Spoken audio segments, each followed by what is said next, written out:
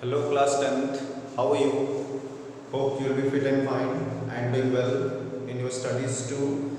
So, like every day I am going to teach you another poem of your textbook which is titled How to Tell Wild Animals, composed by Carolyn Wells. She is an American poetess and writer, and in this poem she presents some dangerous ways to identify some sorts of wild animals, but she presents it in a very funny way, in a very humorous way. तो पूरी poem उन्होंने 6 stanza में लिखी है और each stanza contains 6 lines, हर stanza में 6 lines हैं और हर स्टेंजा में उन्होंने अलग अलग जो काइंड के वाइल्ड एनिमल्स होते हैं उनके कुछ आइडेंटिफिकेशंस को प्रेजेंट किया है और वो आइडेंटिफिकेशंस उन्होंने प्रेजेंट किए हैं ऑफ कोर्स वो बहुत डेंजरस हैं, बहुत रिस्की हैं, even deadly too, but she presents in a very funny way, in a very कि डेंजरस होने के बावजूद भी when you will go through it will give you good laugh, it will make your mood jolly. तो यही यहाँ पर उनकी खासियत है जिन्होंने इस पोएम में प्रेजेंट किया है। अब इस तरीके से उन्होंने इवन डेंजरस चीज़ को एक बहुत ही कॉमिकल वे में प्रेजेंट किया है। So that's the genius of this poetess. तो अभी मैं इस वीडियो में आपको केवल 3 स्टेंजा का ही वीडियो एक्सप्लेनेशन प्रोवाइड करूँगा और इन नेक्स्ट पार्ट मैं आपको अगले 3 स्टेंजा का वीडियो प्रोवाइड करूँगा क्योंकि it's very difficult as I told you just because of technical difficulties. तो शुरू करते हैं पहले टाइटल से। टाइटल में ही थोड़ा सा बिग ट्विस्ट है, टेल। स्टूडेंट्स कई बार बच्चे मुझसे पूछते हैं कि सर यहाँ पर टेल है, टेल का मतलब तो बोलना होता है और आप कह रहे हैं कि इसमें आइडेंटिफाई, तो why did the poet use word identify, recognise, distinguish? क्योंकि टेल तो थोड़ा सा और लगा है, how to tell wild animals. तो क्योंकि वो पोएट यहाँ पर क्या बता रहा है, पोएट यहाँ पर बता रहे हैं कि कैसे जंगली जानवर को पहचानना है। तो अब मैं आपको थोड़ा सा यहाँ पर टेल के बारे में थोड़ा सा डिटेल करता हूँ। टेल का मतलब हम एक्सपेंड करेंगे तो टेल का एक और मतलब होता है जिसका मतलब होता है पहचानना, to identify, to recognise, to distinguish. So यहाँ पर पोएट ने क्या किया, through each stanza she tells us the way to identify some kinds of wild animals. Of course, the ways she mentions in this poem is quite dangerous and risky, but on other hand, she presents it in a very funny way. It will give you a good laugh.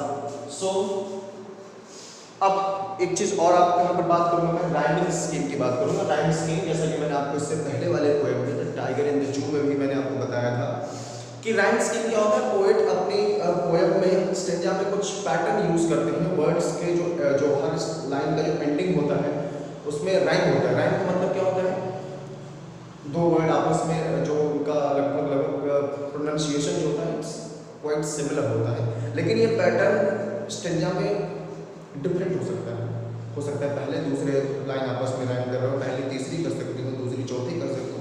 So they experiment, they create such kind of experiment in their poems to get the desired effect, जो उनको effects चाहिए, जो अपने वो इसमें special effects जानना चाहते हैं poem में, उसको beautiful बनाने के लिए, उसको थोड़ा सा और अच्छा artistic बनाने के लिए। तो यहाँ पर भी कैरोलिन वेल्स ने अपनी poem में rhyme scheme का यूज़ किया है। तो अब मैंने यहाँ पर आपको बता रहा हूँ, जैसे कि आप इसमें थोड़ा सा ध्यान से देखेंगे तो सारे स्टेंजा में 6 स्टेंजा है, सब स्टेंजा में पहली और तीसरी लाइन आपस में क्या कर रहे हैं। पहली बात ध्यान देना आपको, मैंने बताया ईच स्टेंजा कंटेन्स 6 लाइन्स, हर स्टेंजा में 6 लाइन्स है और हर स्टेंजा का पहला और तीसरा लाइन आपस में राइम कर रहा है। As you can see chance advance, थोड़ा सा एंडिंग सिमिलर आ रहा है। फिर उसके बाद दूसरा और चौथा लाइन आपस में राइम कर रहा है, देखिए ईस्ट बीस्ट। उसके बाद लास्ट के 5th और 6th लाइन आपस में क्या कर रहे हैं, राइम कर रहे हैं। तो देखिए यही पैटर्न है, जैसे कि आपने टाइगर इन द जू में देखा था, ये राइमिंग पैटर्न थोड़ा सा अलग था, इसीलिए उसका राइम स्कीम अलग था। तो यहाँ पे जो राइम पैटर्न है वो थोड़ा अलग आएगा। इसका राइम पैटर्न आएगा क्योंकि स्टेंजा ए में ए, अब ए से दूसरी लाइन राइट नहीं करेंगे तो इसके लिए क्या लिखेंगे बी, लेकिन तीसरी लाइन पहले से राइट करेंगे तो इसके लिए क्या लिखेंगे यहाँ पर ए। फोर्थ लाइन राइट नहीं कर रही है, लेकिन फोर्थ लाइन इससे ये फोर्थ लाइन इससे राइट कर रही है, इससे राइट कर रही है सेकंड वाले से, तो हम क्या बी हो गया मतलब। अब इसके बाद फिफ्थ लाइन इसमें से किसी से राइट नहीं करेगी तो इसके लिए वर्ड क्या लाएंगे अगला, क्योंकि इसमें कोई सिमिलरिटी नहीं। 6 भी राइट कर रहा है तो इसके लिए मैं आपको एक स्पेशल वीडियो बना दूंगा या फिर रेगुलर क्लासेस में आपको इसको प्रॉपर्ली अंडरस्टैंड समझा दूंगा। It's very easy and you will be able to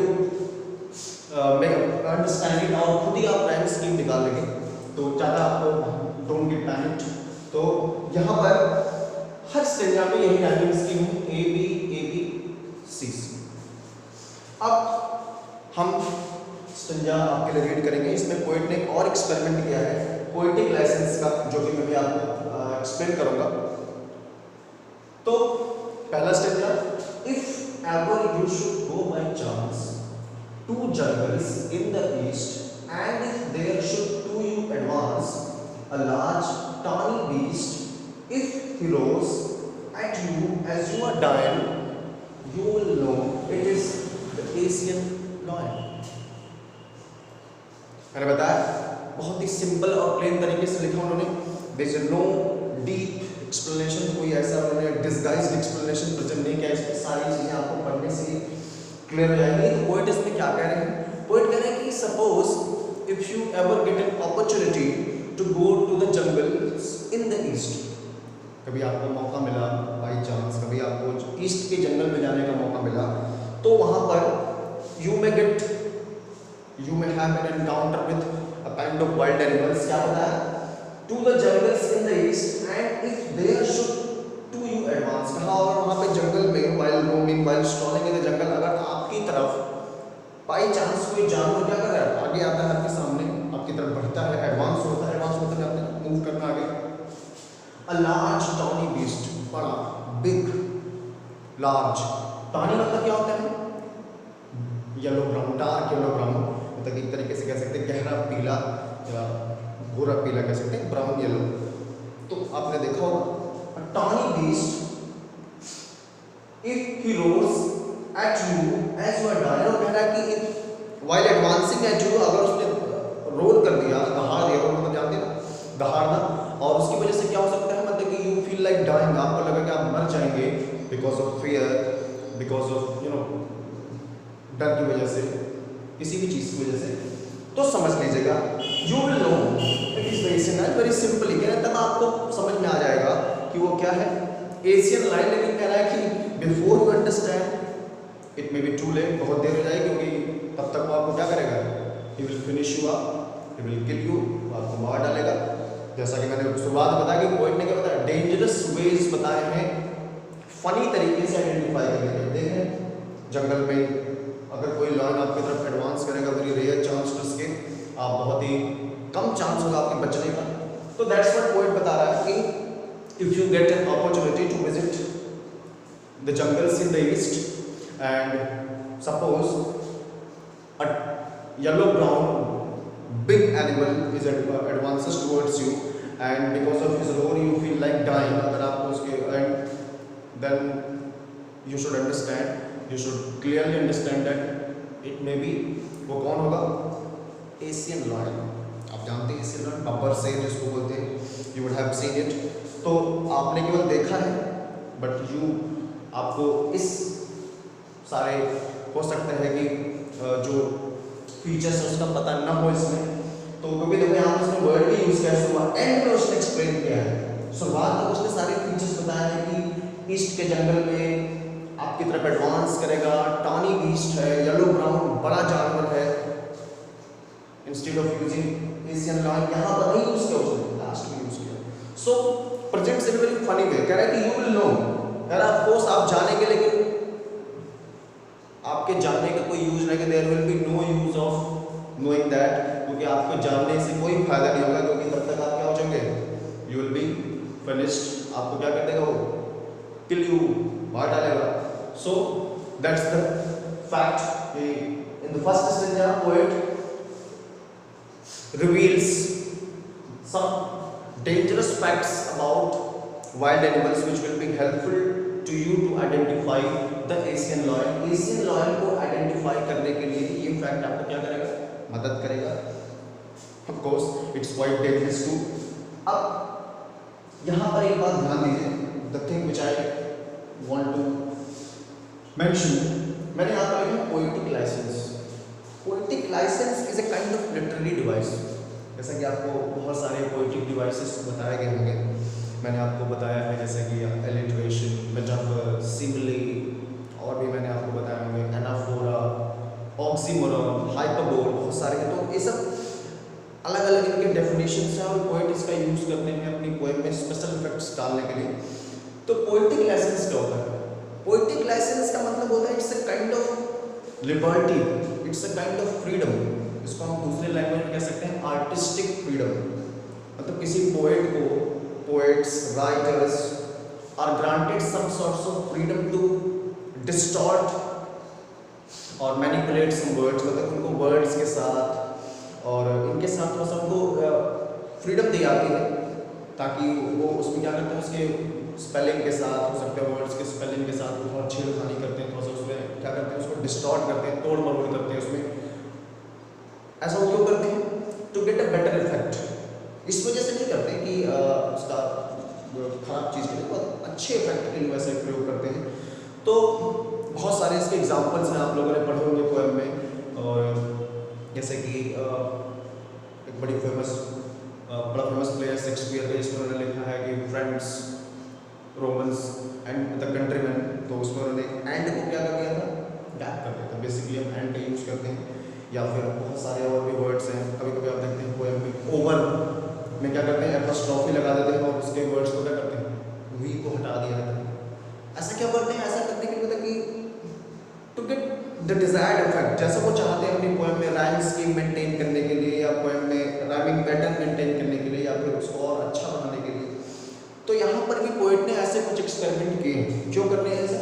अपनी राइम स्कीम को मेंटेन करने के लिए. उसने क्या किया, उसने कुछ वर्ड के साथ डिस्टॉर्ट किया. जैसे यहाँ पर एक वर्ड उसने लिखा है ये डाइन.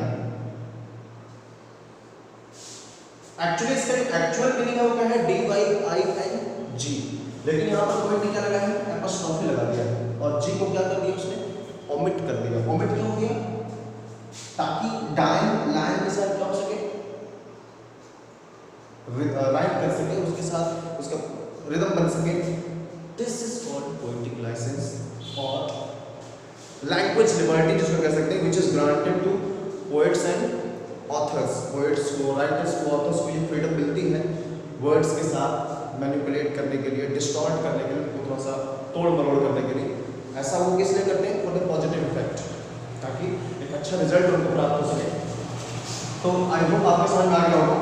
अब सेकंड स्टेंजा में मतलब उसने सब ईच स्टेंजा में उन्होंने इस पोएटिक लाइसेंस का बेहतरीन यूज़ किया है. तो मतलब कि this poem is the best example of poetic license. अगर आपको पोएटिक लाइसेंस का एग्जांपल कहीं देना हो तो इस पोएम में से आप प्रेजेंट कर सकते हैं.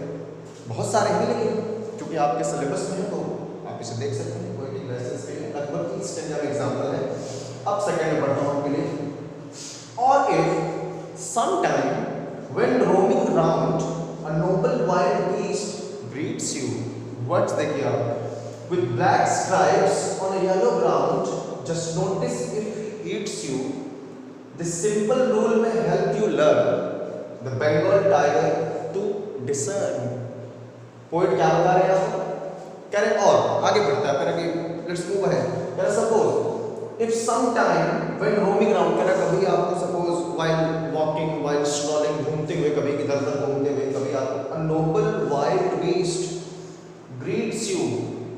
देखिए वर्ड्स उन्होंने क्या यूज किए हैं, थोड़ा सा टू मेक इट फनी, कि कोई यहाँ पर उन्होंने लिखा है a noble wild beast. आप जानते हैं नोबल और वाइल्ड दोनों क्या है, लगभग आपस में एक दूसरे के अपोजिट हैं. तो यहाँ पर एक पोएटिक डिवाइस उन्होंने कौन सी यूज की, ऑक्सीमोरॉन. ऑक्सीमोरॉन क्यों यूज किया? क्योंकि जब पोएट किसी पोएम में दो अपोजिट का इस्तेमाल करते हैं, अपोजिट एडजेक्टिव का इस्तेमाल करते हैं, तो वहाँ पर ऑक्सीमोरॉन होता है. जैसे लाइफ इज बिटर स्वीट, तो बिटर स्वीट दोनों आपस में क्या है, अपोजिट है, लेकिन लाइफ के लिए यहाँ पे यूज किया कि लाइफ क्या है, बिटर भी है स्वीट भी है। तो इस तरीके से मैंने क्या कहा कि अ नोबल वाइल्ड बीस्ट, यहाँ पे थोड़ा सा फन क्रिएट करने के लिए बताइए, कोई चीज़ अगर नोबल मतलब आप जानते हैं, डिसेंट, हम्बल, हार्मलेस भी कह सकते हैं कि जो नोबल होगा वो हार्मलेस होता है, लेकिन फिर अगले वर्ड क्या है वाइल्ड, कैसा बीस्ट है, नोबल भी है वाइल्ड है, हाउ इज इट पॉसिबल। तो उसके लिए क्या करेगा, आपको ब्रीड्स यू, कोई अगर आपको ब्रीड करता है तो इट्स फर्स्ट सिग्नल कि वो आपको क्या करेगा, नुकसान नहीं पहुंचाएगा। लेकिन देखिए पोएट यहाँ पर क्या कर रहा है, फन क्रिएट कर रहा है, कह रहा है कि while roaming if a Nobel wild beast, कोई एक ऐसा वाइल्ड बीस्ट आपको मिले क्योंकि दिखने में थोड़ा सा क्या लगेगा, आपको नोबल लगेगा, in appearance it might look noble but it is wild to greets you, अगर आपके सामने आ जाता है, आपको ग्रीट्स का मतलब तरीके से मिलता है। आगे क्या है, फीचर्स बता रहा है, another with black stripes on a yellow ground, कह रहा है उसकी बॉडी पर क्या होंगे, स्ट्राइप्स, धारियां होंगी, कैसी धारियां होंगी, ब्लैक स्ट्राइप्स, काली काली धारियां होंगी इस उसके येलो ग्राउंड पर, मतलब उसका जो बॉडी का जो बैकग्राउंड, मतलब कि पीले कलर की बॉडी पर, येलो बॉडी के ऊपर कैसा धारी होगा, मतलब उसके जो ओवरऑल बॉडी होगी, येलो बॉडी, वो किस चीज़ से कवर होगी, ब्लैक स्ट्राइप्स।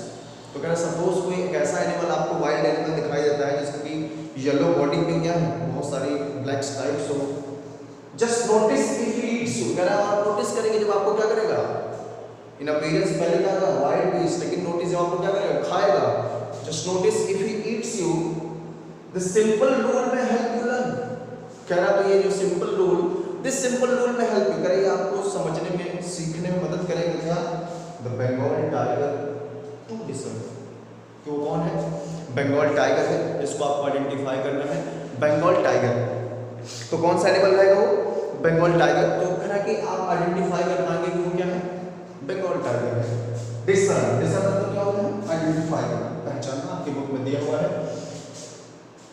तो कह रहा है लेकिन आपके लर्न करने से, आपके सीखने से कोई फायदा नहीं होगा, your learning will be useless, because आप क्या हो जाएंगे, you will be eaten up, तब तक वो आपको क्या करेगा, खा डालेगा, you will be killed, you will be finished.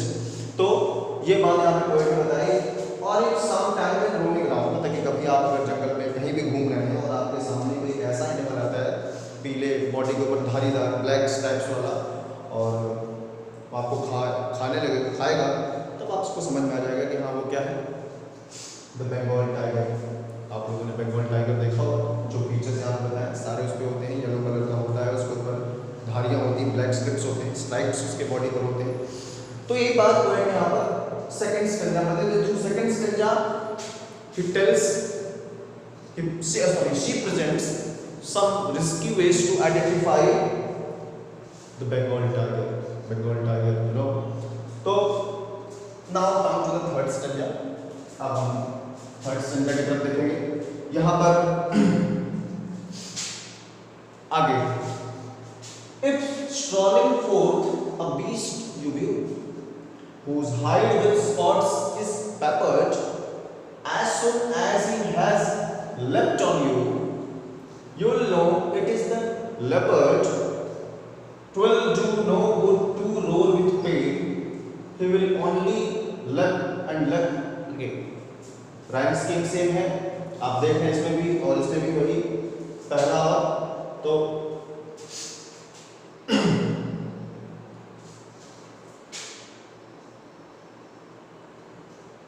Let's see, कह रहा है कि strolling fourth a beast you, कह रहा है कि सपोज, कह रहा है कि कहीं कभी टहलते, स्ट्रॉल मतलब स्लोली वॉक करते हुए, मतलब कभी स्ट्रॉल करते हुए आगे बढ़ते हुए आपको क्या दिखा, a beast you, you look a beast, आपको कोई जानवर दिखा, you found an animal, you encountered with an animal whose height.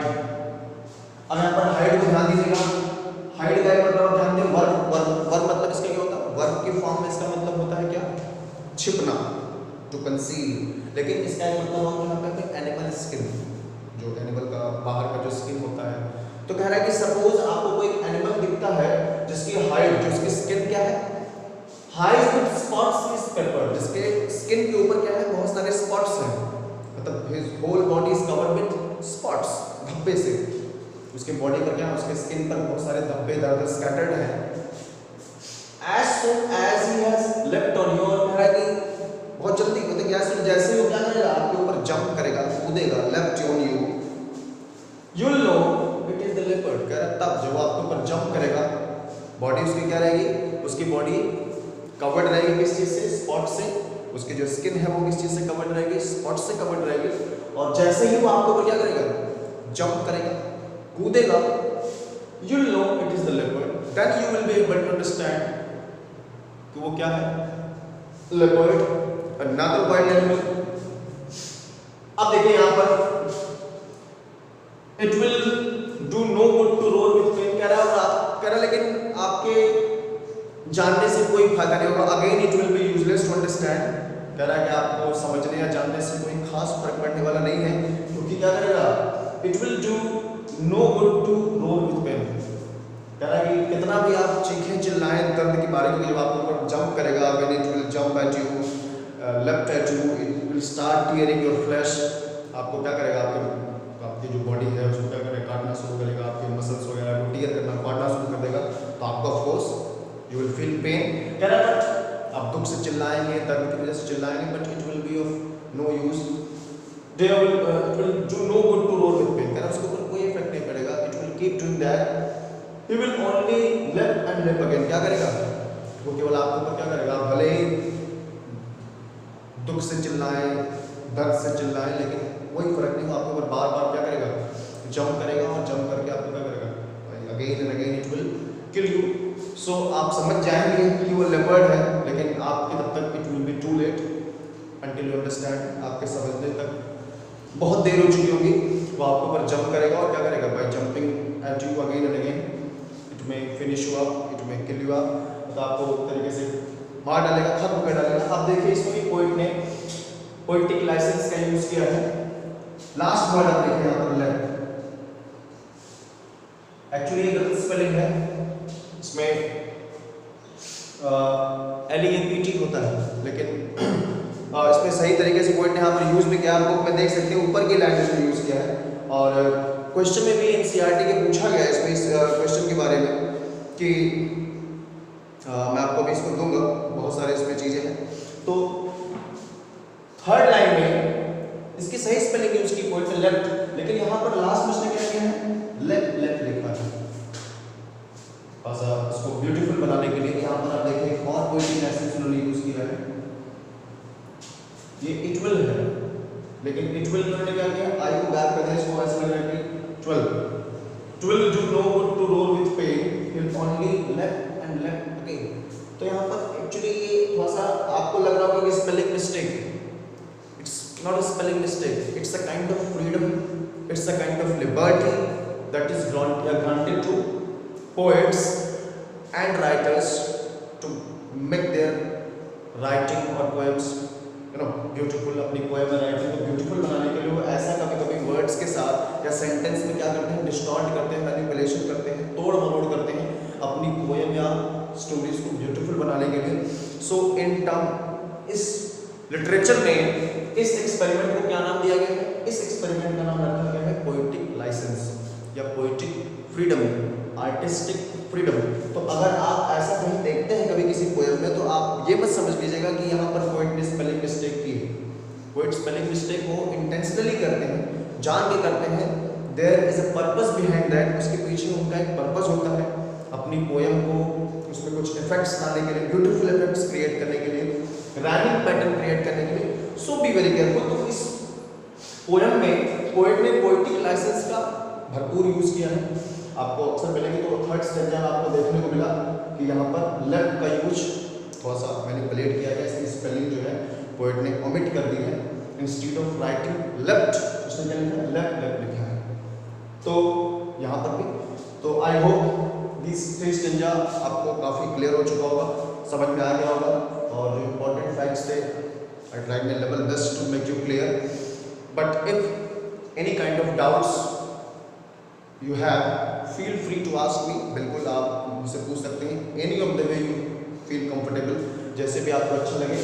So वही सेम होमवर्क आपके लिए रहेगा, each stanza's explanation by your own आप खुद इसको राइट करेंगे, लिख करके मुझे शाम तक भेजेंगे। एंड ध्यान से इस वीडियो को देखें, एक एक पॉइंट्स को समझें, जो भी चीज़ें इसमें जो इंपॉर्टेंट बातें बताई उसको समझें। ये चीज़ें आपके लिए जरूरी है। बोर्ड में कभी कभी ऐसे क्वेश्चन आ जाते हैं, कभी राइम स्कीम पूछ लेता है, कभी ऐसे लिटरेरी डिवाइस पूछ लेता है। तो ऐसे ही पोएम के थ्रू एक एक लिटरेरी डिवाइस क्लियर होगी। जैसे आपको इसमें मैंने 2 लिटरेरी डिवाइस बताए, एक तो पोएटिक लाइसेंस जो कि पोएट सब जगह यूज किया है, आगे के भी 3 स्टेंजा में आपको देखने को मिलेगा। दूसरा मैंने इसमें एक जगह आपको बताया ऑक्सीमोरॉन का यूज यहाँ पर नोबेल वाइड बेस्ड में। तो but this is quite dominating, इसको ज़्यादा ध्यान रखिएगा। तो आप पोएटिक लाइसेंस का डेफिनेशन भी राइट करेंगे विद एग्जाम्पल। और अगला होमवर्क बता रहा हूँ, नेक्स्ट होमवर्क पोएटिक लाइसेंस का डेफिनेशन विद एग्जाम्पल लिखेंगे, प्लस आगे के 3 स्टेंजा में पोएट ने कौन कौन से पोएटिक कहाँ पे पोएटिक लाइसेंस का यूज किया है, इस वर्ड के साथ उसने डिस्टॉर्शन किया है, वो सब आप मुझे लिख करके बकायदा SW कॉपी में शाम तक भेजेंगे। ओके, सो अगले वीडियो में आपको नेक्स्ट 3 स्टेंजास के एक्सप्लेनेशन प्रोवाइड किए जाएंगे। See you in my next video, have a good day.